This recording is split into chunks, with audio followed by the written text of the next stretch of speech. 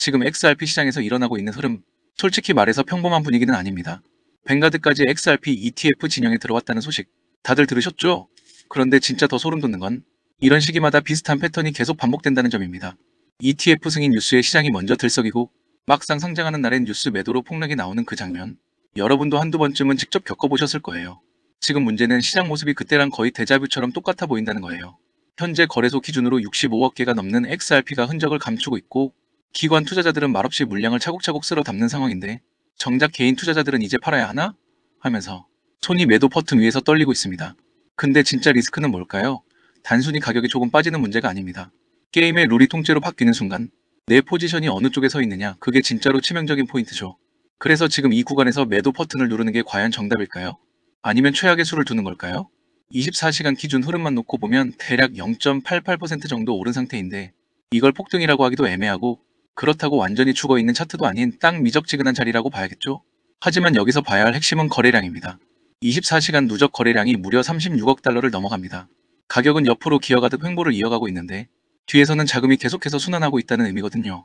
이건 그냥 대충 넘어가도 되는 가벼운 그림이 절대 아니라는 거죠. 결론부터 말씀드리면 실물 기반 수요가 생각보다 꽤 강하게 버티고 있다는 겁니다.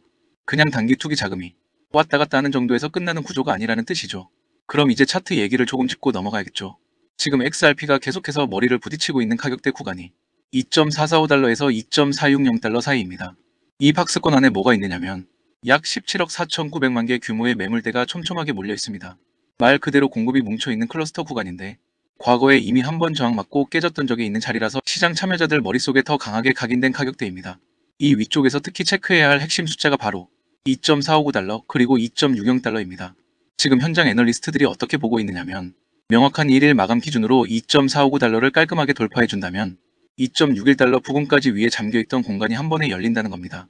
그러니까 2.60달러 위를 잠깐 꽂고 말아버리는 시세가 아니라 아예 일봉을 그 위에서 마감시켜버리면 이번 사이클에서 본격적인 강세 전환이 나왔다는 첫 번째 시그널로 해석해야 한다는 거죠.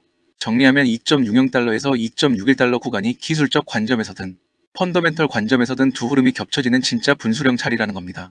반대로 아래쪽도 당연히 무시할 수는 없습니다. 주요 지지 구간으로 보면 2.119달러 부근이 첫 번째 방어선 역할을 합니다.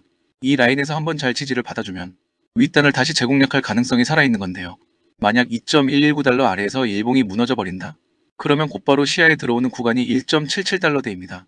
잘 생각해보면 이 라인이 깨져버리면 단기 세력들이 아주 신나게 위아래로 출렁이면서 털어먹기 좋은 구조가 나올 수 있겠죠. 그래서 지금 자리는 냉정하게 표현하면 딱 중간 지점 위에 올라와 있는 상태고, 위로든 아래로든 조만간 방향을 결정지어야 하는 분기점이다. 이렇게 보는 게 좀 더 현실적인 해석입니다. 하지만 오늘 진짜로 짚고 싶은 포인트는 이거예요. 지금 중요한 건 가격이 몇 센트 오르냐, 몇 센트 빠지느냐가 아니라 도대체 어떤 지점에서 돈이 유입되고 어디 방향으로 빨려 들어가고 있느냐, 이 흐름 아니겠습니까? 최근 공개된 숫자들 한번 보죠. 12월 1일 딱 하루 동안만 놓고 보면 스팟 XRP ETF 4종목으로 새로 들어온 자금이 거의 8,965만 달러에 달합니다. 규모가 상당하죠? 상장 이후에 특정 ETF 상품만 따로 봐도 누적 순유입이 7억 5,600만 달러 수준입니다. 이미 전통 금융시장 안에서 가장 빠른 속도로 성장 중인 메이저급 암호자산 ETF라는 평가가 나오고 있을 정도예요. 그럼 비교를 한번 해볼까요? 솔라나 ETF의 경우 같은 날 기준으로 약 4,500만 달러 정도가 1일 순유입 규모였습니다. 이것도 시장에선 꽤 선전하는 상품이라고 언급되는 수준인데, 연초 이후 지금까지 XRP 관련 ETF에 쌓인 자금 규모를 보면 솔라나를 이미 앞질러 버린 상태입니다. 도지코인 라이트코인 ETF는 그 옆에서 그냥 말 그대로 동네 반장급 포지션 정도로 놀고 있는 느낌이라고 봐야겠죠? 도지 ETF는 상장 이후 이틀이 지난 시점까지 합산해도 순유입이 고작 558만 달러 수준입니다. 라이트코인은 상장 후 한 달 내내 들어온 돈이 약 695만 달러 정도고요. 그러니까 이 정도면 간판만 알트 ETF라고 붙어있지, 실제 수급의 무게감을 XRP와 비교한다는 것 자체가 애초에 게임의 급이 다른 거죠. 헤데라 정도가 그나마 시가총액 대비로 보면 상대적으로 선방했다는 평가가 나오지만, 어쨌든 ETF 자금의 무게 중심이 시간이 흐를수록 일부 메이저와 XRP 쪽으로 점점 쏠리고 있다는 건 부정하기 어려운 사실입니다. 핵심은 ETF로 유입되는 자금이 대부분 성격이 장기 자본이라는 점입니다. 연금, 기관 투자 포트폴리오, 각종 재단 자금처럼 긴 호흡으로 운용되는 돈이 흘러들어오고 있기 때문에 단타치고 나가는 투기성 자금이 아니라는 거죠. 그래서 이 자금 유입을 언제든 한 번에 빠져나갈 수 있는 공포의 씨앗으로 볼 게 아니라 오히려 가격 바닥을 떠받쳐주는 장기적인 구조적 수요로 고정되고 있다는 게 진짜 의미라고 봐야 하지 않겠습니까? 그런데 ETF 숫자보다 더 세게 와닿는 데이터가 하나 더 있습니다. 최근에 포착된 걸 보면 불과 며칠 사이에 전 세계 거래소에서 빠져나가는 XRP 물량이 65억 개를 넘어섰습니다. 이게 무슨 뜻이냐 하면 현재 시장에 돌아다니는 유통 XRP 10개 가운데 한 개 꼴이 짧은 기간 안에 거래소 오더북에서 통째로 사라졌다는 얘기입니다. 그냥 요즘 변동성이 크네 이 정도로 넘길 수 있는 수준이 아니라 이건 아예 구조 자체가 바뀌는 쪽으로 의심을 하지 않을 수 없는 흐름이라는 거죠. 올해 2월까지만 해도 바이낸스, 업비트, 빗썸, 업홀드 같은 주요 거래소에 쌓여있던 XRP 재고가 대략 160억 개 정도였어요. 그런데 지금 남아있는 물량을 보면 65억 개 안팎 수준입니다. 예전엔 4자릿수로 불리던 재고가 이제는 2자리 영역까지 줄어들었다는 의미죠. 몇 달 사이에 100억 개 가까운 물량이 통째로 장외 지갑 쪽으로 빠져나갔다고 봐야 합니다. 그래서 여기서 계속해서 나오는 질문이 뭐냐면 이 물량을 과연 개인이 받아서 들고 간 건지 아니면 기관이 흡수해 간 건지 바로 이 부분 아니겠습니까? 온체인 데이터와 블록 분석 자료들을 쭉 들여다보면 중심축은 거의 전부 기관 쪽으로 쏠려 있다는 해석이 나옵니다. 특히 바이낸스 쪽이 두드러집니다. 한때는 수십억 개 단위로 재고를 쌓아두던 거래소였는데 현재 보유분이 27억 개 수준까지 떨어진 상태예요. 최근 몇 년 사이에 최저 구간으로 언급되던 영역 바로 근처까지 내려온 상황입니다. 업비트, 빗썸, 업홀드 역시 보유량이 반토막이 난 모습으로 데이터에 잡히고 있고요. 그러니 이 정도 대규모 물량이 빠졌는데도 개인 투자자들이 조금 던졌네요. 이런 식으로 표현하는 건 사실상 의미가 없는 분석이 되는 겁니다. 그렇다면 남는 결론은 뚜렷하죠. ETF 운용사들, 대형 헤지펀드 전통, 금융권의 OTC 데스크 쪽으로 물량이 빨려 들어가고 있다. 이쪽 그림이라는 거죠. 집계된 내용들을 보면 특정 운용사가 자기들이 맡아서 굴리고 있는 XRP 수량만 해도 1억 5천만 개를 넘긴다. 이런 식의 내용이 마켓 리포트에 슬쩍 맛보기로 실려 나오고 있습니다. 그리고 이런 타입의 매수 물량은 특징이 아주 분명합니다. 한번 체결되고 나면 몇 주, 몇 달 만에 다시 거래소로 돌아오는 물건이 아니라는 거죠. 실물 결제 레일에 올려서 쓰거나 ETF 상품에 담보로 잠가두거나 각종 자본 규제 요건 맞추기 위해 창고 깊숙한 곳에 오랫동안 꽂혀있게 됩니다.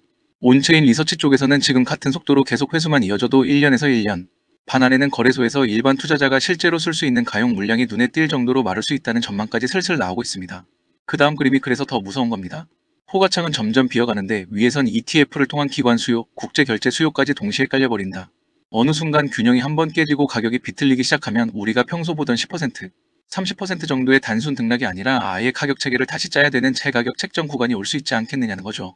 이게 과장된 공포 마케팅이 아니라 현재 수급 구조 관점에서 보면 충분히 나올 수 있는 자연스러운 시나리오라는 걸 봐야 합니다. 여기서 제도권 인프라 이야기를 빼놓을 수가 없습니다. 미국 중앙예탁청산기관, 줄여서 DTCC라고 부르는 곳이 있습니다. 이름부터 어렵게 느껴지죠? 쉽게 말하면 미국 증권파 생산품 결제를 뒷단에서 떠받치고 있는 백본 시스템이라고 보시면 됩니다. 이 DTCC가 지금 무슨 작업을 하고 있느냐? 프로젝트 이온이라는 이름으로 온체인 기반 차세대 결제 청산 네트워크를 구축하고 있습니다. 여기서 기본 원칙을 어떻게 박아놨느냐? 위기 상황에서도 실시간 결제가 막힘없이 돌아가는 레저만 쓴다. 막대한 금액이 오가도 리스크 없이 지속적으로 흐를 수 있을 만큼의 유동성 처리 능력과 결제, 안정성이 검증된 분산 원장만 채택하겠다. 그럼 어떤 레저들이 후보 명단에 올랐느냐? 비트코인, 이더리움, 그리고 XRP 레저. 이 세 개가 실제로 시범 네트워크에 직접 이름을 올렸습니다. 이게 시장에 어떤 메시지를 주느냐? 이건 단순히 리플 파트너사가 몇 군데 들었다거나 어느 은행에서 파일럿 테스트를 검토 중이라는 수준의 뉴스가 아니라 글로벌 증권 청산 백오피스 설계도 위에 XRP 레저가 실제로 올라가 있다. 핵심 100본 후보로 자리 잡았다. 이 레벨의 이야기라는 거죠. 그리고 여기서 스토리가 끝나는 것도 아닙니다. DTCC가 예전부터 주요 담보로 가장 선호해온 자산이 바로 미국 국채입니다. 동시에 지금 전 세계 금융권이 미국 국채를 온체인으로 토큰화하는 작업에 속도를 내고 있습니다. 이 영역에서 가장 먼저 치고 나가는 쪽이 어디냐 하면 리플, 블랙록, 온도 파이낸스 같은 플레이어들입니다. 시나리오를 하나 그려보면 이렇습니다. 미국 국채가 XRP 레저 위에서 토큰 형태로 발행됩니다. 이 토큰들이 전 세계 금융기관들 사이를 24시간 쉬지 않고 돌면서 담보 역할을 수행합니다. 이 담보를 뒤에 깔아놓은 상태에서 각국 통화들이 실시간으로 서로 교차 교환됩니다. 이때 중간에서 브릿지 역할을 해주는 체인이 XRP 레저이고 이 교차 지점에서 허브 역할을 하는 브릿지 자산이 XRP입니다. 결제 과정은 초당 수천 건을 처리하는 XRP를 위에서 흐르듯 지나가면서 눈 깜짝할 사이에 끝나버립니다. 그렇다면 이런 판 위에서 XRP 가격이라는 게 그냥 장난감처럼 몇 불 구간에서 왔다 갔다 하는 개념으로만 남을 수 있겠습니까? 당연히 아니죠. 파이프라인의 처리 용량이 커질수록 그 파이프를 지탱해주는 브릿지, 자산의 전체 가치도 같이 커져야 시스템 설계가 버티는 구조가 됩니다. 결국 이 논리 구조를 따라가면 어느 정도의 밸류가 요구될지는 자연스럽게 그림이 그려질 수밖에 없는 거 아니겠습니까? 그래서 일부 리서치 하우스에서는 숫자를 꽤 공격적으로 던지고 있는 겁니다. 유동성 확보를 위한 필요 가격대로 20달러, 50달러, 심한 곳은 세 자릿수 구간 100달러, 200달러 같은 시나리오까지 제시하는 곳도 있어요. 물론 이런 전망들에 모두가 동의하는 건 아닙니다. 하지만 적어도 프레임 자체가 예전처럼 2불 갈까요? 3불 갈까요? 식의 작은 구간 싸움이 아니라 완전히 다른 층위로 넘어가 버렸다는 점, 이 포인트가 핵심이라는 거죠. 이제 기존 국제 송금 시스템인 스위프트 이야기도 조금 짚고 넘어가야겠습니다. 스위프트가 연결하고 있는 국가 수가 약 200개, 금융기관 수가 1만 1000개가 넘습니다. 하루에 오가는 송금 처리 금액을 전부 합치면 약 5조 달러 수준입니다. 이게 지금 전통 금융 시스템의 실질적인 등골뼈 역할을 하고 있는 거죠. 문제는 뭐냐? 돈 한 번 보내려면 2일에서 5일까지 시간이 걸리고 중간에 어디 단계에서 묶여 있는지 실시간으로 추적하기도 쉽지 않습니다. 그래서 이 한계를 보완해보겠다고 나온 게 리플의 네트워크고, 그 네트워크 안에서 실제 결제 레일 역할을 실행하는 게 바로 XRP 레저입니다. 이미 여러 나라에서 실제로 국경 간 송금 인프라로 쓰이고 있다는 사실은 이제 시장에 꽤 널리 알려진 이야기고요. 그렇기 때문에 알트코인 상승장이 임박한 지금부터 더 선제적으로 준비가 필요합니다. 알트 불장이 시작되면 가장 먼저 움직이는 코인이 무엇이라고 말씀드렸죠? 바로 밈코인입니다. 밈코인은 가장 먼저 가장 빠르게 그리고 가장 크게 튀어오르기 마련인데요. 실제로 요즘 트럼프 일가 측에서 가족 구성원들이 돌아가며 밈코인을 내놓고 있고 나올 때마다 대박을 터뜨리는 흐름입니다. 특히 최근 에릭 트럼프가 발행한 코인이 대성과를 거두며 거의 보증 수표처럼 자리 잡았고요. 이 가족 중에서 유일하게 아직 코인을 내지 않은 인물이 한 명 있습니다. 누구일까요? 바로 배런 트럼프. 트럼프의 막내 아들 배런의 움직임이 심상치 않습니다. 이 부분을 이어서 말씀드릴 텐데요. 다들 아시다시피 블록체인 사업은 트럼프 일가의 가업입니다. 월드 리버티 파이낸셜에서 고문 역할로 자녀들이 각자 담당하는 코인들이 있습니다. 대표적으로 차남 에릭 트럼프가 수익 코인을 맡으면서 수위가 큰 폭의 상승을 보여줬죠. 2024년 기준 수위는 많은 투자자들이 졸업 코인으로 이름을 올렸습니다. 연이어 신고가 랠리를 기록하며 수위로 부자가 된 사례가 계속 나오고 있다는 점을 확인할 수 있습니다. 그렇다면 다시 주목해야 할 인물은 바로 막내 배런 트럼프입니다. 이 인물에 특히 시선을 두셔야 하는데요. 현재 미국 내에서 탄탄한 피지컬과 외모로 인기가 상당합니다. 잘생겼고 키가 크며 굉장히 영리하죠. 이런 사람이 지금 코인을 하나 준비 중이라는 소식이고, 가업인 월드 리버티 파이낸셜의 고문으로도 활동하고 있습니다. 이 막내 배런이 맡게 될 코인이 무엇인지 시장에 관심이 쏠리고 있습니다. 감이 오시겠지만 트럼프 일가의 지원을 받을 코인, 특히 막내 배런 트럼프가 담당할 코인이 시장에서 거론되기 시작했습니다. 트럼프 수혜가 가능한 코인들이 이렇게 많은 가운데 월드 리버티의 본격 지원 사격까지 들어가면 정말 말도 안 되는 상승 랠리가 펼쳐질 수 있습니다. 적어도 미국발 자금은 이쪽으로 몰릴 가능성이 매우 높습니다. 그런데 우리가 기사로 널리 알려진 뒤에 뒤늦게 들어가면 당연히 듣습니다. 투자 시장이 그렇게 만만한 곳이 아니니까요. 그래서 물량을 최대한 선점하려면 미리 움직여야 하고 늦기 전에 구독자분들께 공유를 드리려 합니다. 이번 상승은 구조적으로 지금 나올 수밖에 없는 흐름인데, 왜냐하면 여러분도 아시다시피 트럼프가 행정명령에 서명했고 그에 따라 트럼프가 리플을 지원할 가능성이 높아집니다. 그러면 트럼프의 막내 아들 배런이 맡을 코인이 무엇인지 시장이 주목하지 않을 수 없죠. 관심이 커질수록 세간에 알려지는 만큼 가격은 폭등할 수밖에 없습니다. 현재 국내에서도 업비트 빗썸 관계자들이 모두 이 이슈만 기다리는 분위기고요. 말 그대로 폭등은 이미 기정사실로 여겨지는 만큼 지금 이 영상을 끝까지 시청하신 분들에 한해 공유를 드리겠습니다. 여기까지 보셨다는 사실만 확인해 주시면 됩니다. 끝까지 시청하신 분들이라면 당연히 배런 코인의 정체가 궁금하실 테니까요. 문자 주시는 즉시 해당 코인의 이름과 목표가 그리고 매수 방법을 안내해 드리겠습니다. 이건 배런 관련 밈코인이기 때문에 금액을 크게 넣으실 필요는 없습니다. 10만원 정도만 시도해 보셔도 충분히 재미를 보실 수 있을 겁니다. 최근 코인 시장 변동성이 커지면서 불안해하시는 분들이 많은데, 앞서 말씀드린 대로 트럼프 일가의 막내 배런 트럼프가 월드 리버티 파이낸셜 고문으로서 맡게 될 코인, 이건 정말 드물고 큰 기회가 될 가능성이 큽니다.